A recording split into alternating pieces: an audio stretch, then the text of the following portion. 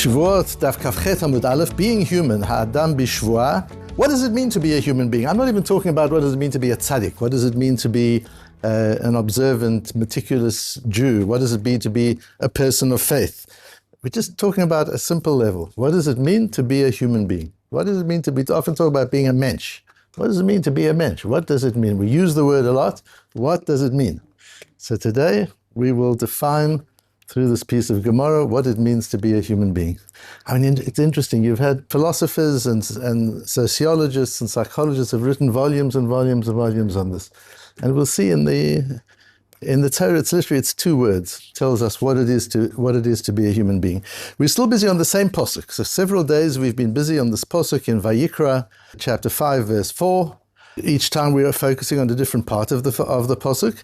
And again, just consider for a moment, we've been busy on this posuk for several days. That means several daf of Gemara. And on each daf, just think of the hundreds, if not thousands, of pages that have been written by the Rishonim Nacharim on each daf. And each of these dafim is explaining one posuk. We're learning one verse of the Torah. And there are hundreds, if not thousands, of pages written on expanding and explaining what this posuk means. And how fortunate we are. We have those pages. We have the Torah. Imagine having the Chumash like the other nations of the world have access to the Bible, but that's it. What do you do with it if you're missing all these hundreds, if not thousands of pages that make sense of it? The posuk, as we know, is if a person makes a shvuah, to pronounce it with his lips. We've talked about that. Lahara lahitiv, doing something which is bad for him or good for him. We've talked about that. The cholashi yifta. Ha'adam bishvuah. Whatever a man pronounces, whatever a human being, ha'adam, an individual, pronounces using the terminology of shvuah.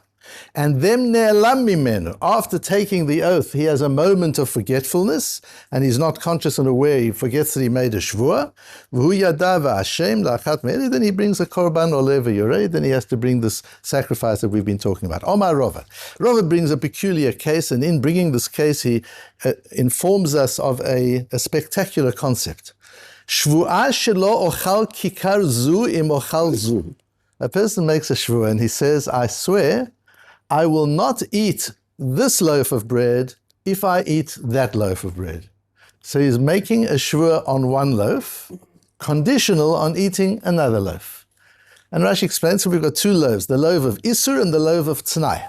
There's one loaf of bread is the prohibition one, I've forbidden this on myself, and the other is the conditional one. I haven't forbidden this on myself, I'm free to eat it or not eat it, but there's a consequence. If I eat it, then a shvuah applies immediately, an oath applies immediately, forbidding me from eating the other loaf. Now the various cases. That's the scenario. When he ate the first one, the conditional one, he wasn't thinking. He just ate it, he didn't realize that was the one I made this condition on. And then the second one he was fully aware of. This is the loaf on which I made a shvuah.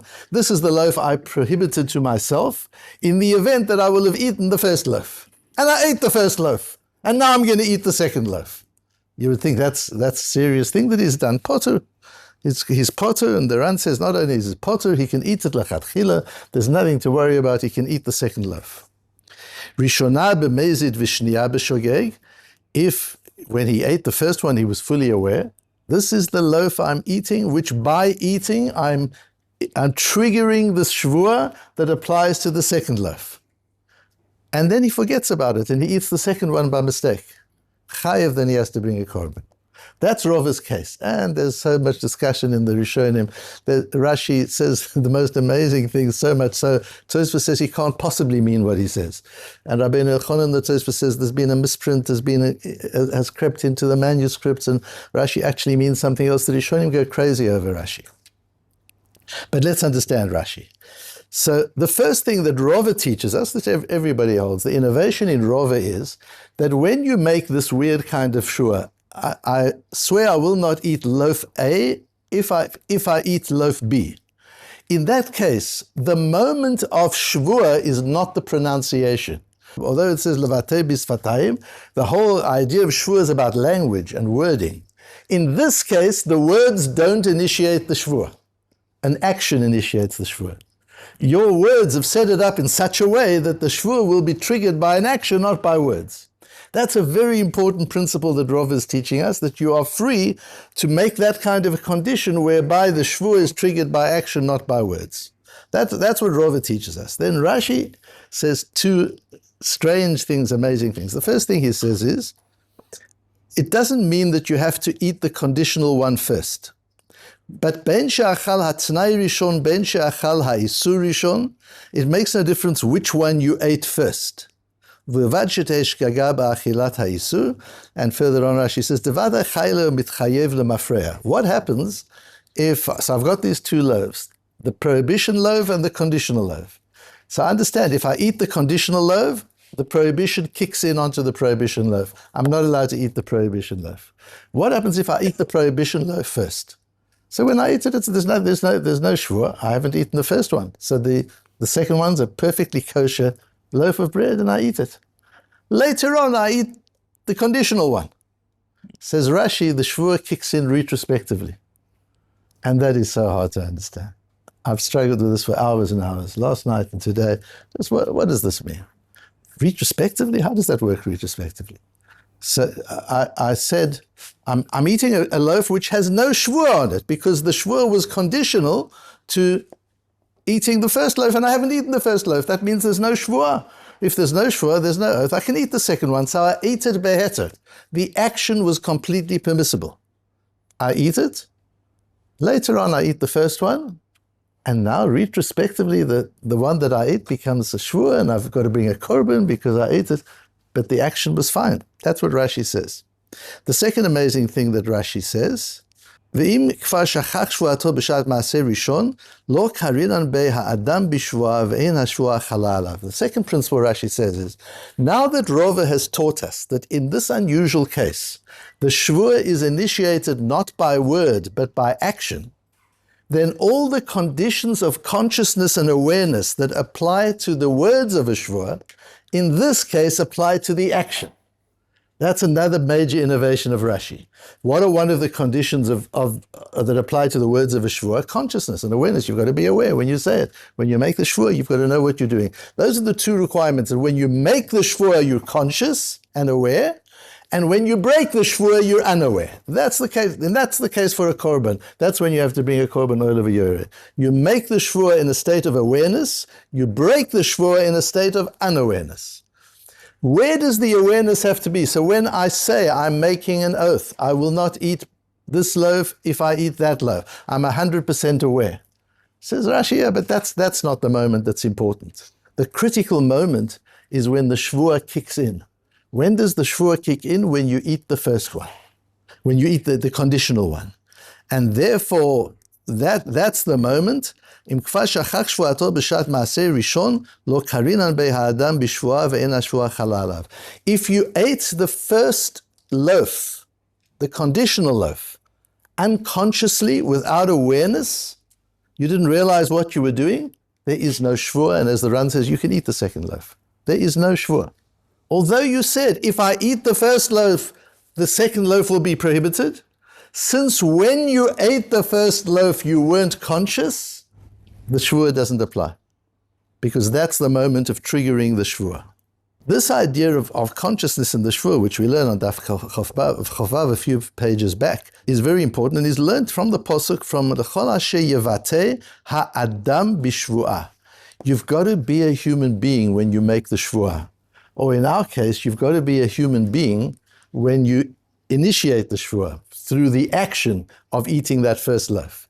But if you're eating that first loaf, like many people, while they're eating, they're busy on their phones, they're busy typing on their computers, they're not even aware of what they're eating. And all of a sudden you realize, oh yeah, I ate the loaf that I said was a condition. Okay, nothing has happened. You weren't human at that time. That's what's amazing in this piece of Gemara, amazing in Rashi. That's not called being human. Look at the Malbim. I've already explained to you Pratei ha'evdelim ben shem adam l'shem ish, when the Torah uses the word Adam for a human or Ish, a man for a human. V'chatavnu shekol makom shetafas shem Adam. And I explained to you that wherever the Torah uses the word Adam, and is not talking about an Adam as distinct from a behemah, from an animal. It's just talking about an Adam, about a human. Yechavein al geder ha'adam beyichud mitzad heyoto Adam. It means humanness. It means being a real human being, not a biological human being, not a robotic human being. It means being a real human being. Rotzeh lomar, what does that mean? Bocher umaskil. Somebody who can choose and who can reason. That's what a human being is. The Malbim defines humanity. A human being is an organism that can choose, can make free choices, and can reason. Shezeh geder ha'adam beyichud, because that's the definition of a man, of a human being. If the Torah is not concerned about that particular angle of humanity, the Torah will use the word ish, not adam. ולפי זה ממה שאמר לכל איש יפתע איש או לכל אשר יפתע סתם ודייק לומר יפתע האדם. The Pasuk didn't have to say that. It could say או להיטיב לכל אשר יבטא בשבוע or יבטא איש בשבוע. Why does the Torah say Ha-Adam, the human being, this great creature that I've created, a human being who can reason, a human being who can make choices? That's who I'm talking about in this verse, says Hashem. Mevuar she'itil t'nai she'yevatei v'yishba mitzad gidro shehu Adam. The Torah is making it very clear that what applies here is you are human while you're doing this. That's another chiddush. You can be human one day, one moment, and not human the other moment. You can be robotic the next moment. You can be mechanistic the next moment, not conscious, not choosing, not reasoning. It's not that you're born a human being and now you're a human being forever. No, you need to check in with yourself. Am I human at this moment? What does it mean to be human? Am I conscious? Am I aware? Am I reasoning? And am I choosing? And so on.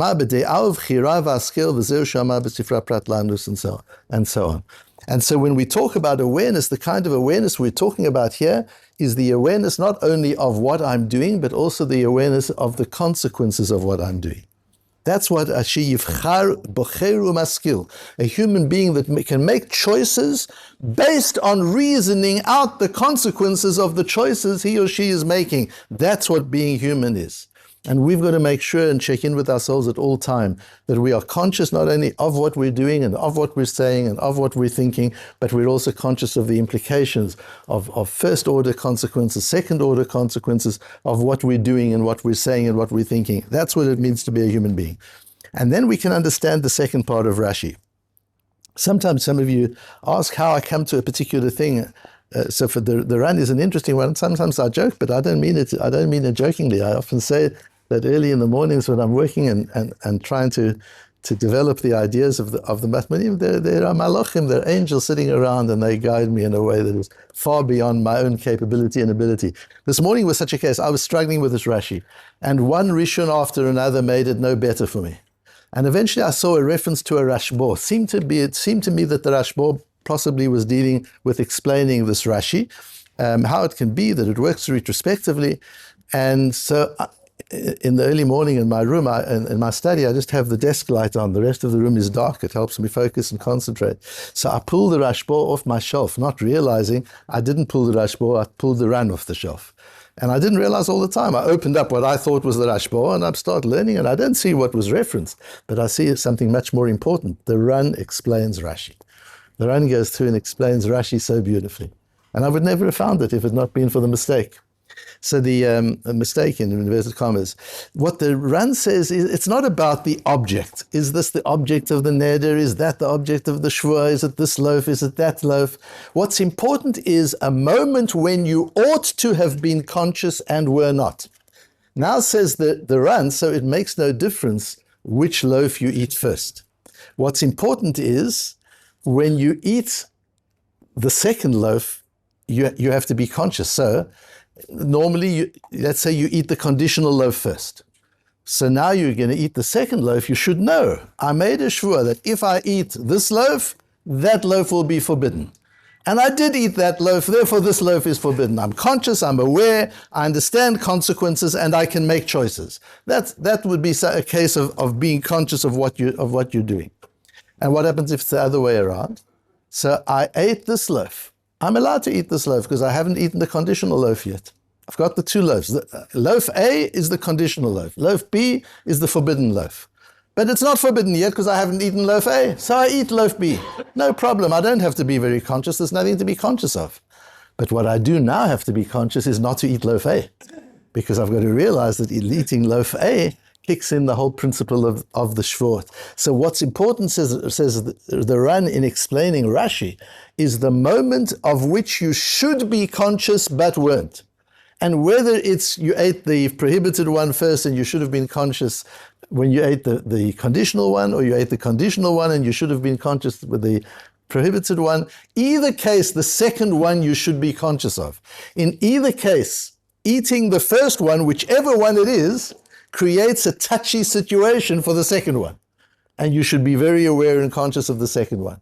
And if you weren't conscious and aware of the second one, then at that moment you're not Adam. At that moment, you're not a human being. At that moment, you're not conscious, you're not aware, you're not considering outcomes. And if you're not conscious and not aware, that's not a case of Asher Yiftah Adam B'Shvuah, even though you were conscious when you uttered the Shvuah. In this case, what's important is when you trigger the Shvuah, and you trigger the Shvuah with the eating of the conditional loaf, no matter whether it preceded or it came after the eating of the other loaf. That action of eating the conditional loaf was done in a state of unawareness and of unconsciousness, and that's a state of non-humanity. And how much we need to just be aware of what it is to be a human being, what a privilege it is to be a human being, and how not to squander our privilege in being human. And that humanity is constant consciousness and awareness, not only of what I'm doing, but also of the full range of consequences of each thing I do and each thing I say.